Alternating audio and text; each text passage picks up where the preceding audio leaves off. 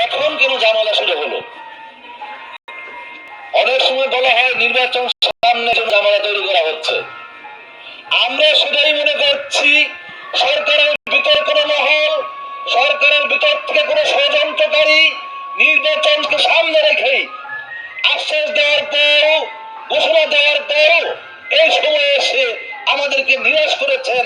সারা বাংলাদেশের গণকর্মকর্তা কর্মচারীদেরকে খেপে তুলেছেন, বাধ্য করছেন আমাদের রাস্তায় নামতে। আমরা এটা মনে করছি।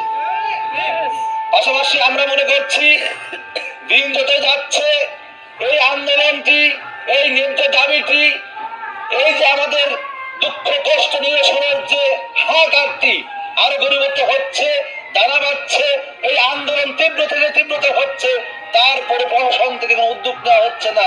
এখন আমাদের সন্দেহ আরো বেড়ে হচ্ছে, কারা এই ষড়যন্ত্রকারী, কারা এই কর্মচারীদের সাথে সরকারকে বিভাজনে ফেলানোর চেষ্টা করছে, তাদেরকে চিহ্নিত করে তাদেরকে বিচারের আওতায় এনে এই কর্মচারীদের বাস্তবায়ন করুন। নতুবা যা ঘটনা ঘটতে যাচ্ছে, যে ঘটনা ঘটবে, যা হচ্ছে, যা হতে যাচ্ছে, তার সম্পূর্ণ দায়ভার এই সরকার এবং প্রশাসনকে বহন করতে হবে। বন্ধুগণ, যদি আমরা ঐক্যবদ্ধভাবে আগামী দিনের আন্দোলন পরিচালনা করতে পারি, আমাদের ন্যায্য দাবি বাস্তবায়ন হবে।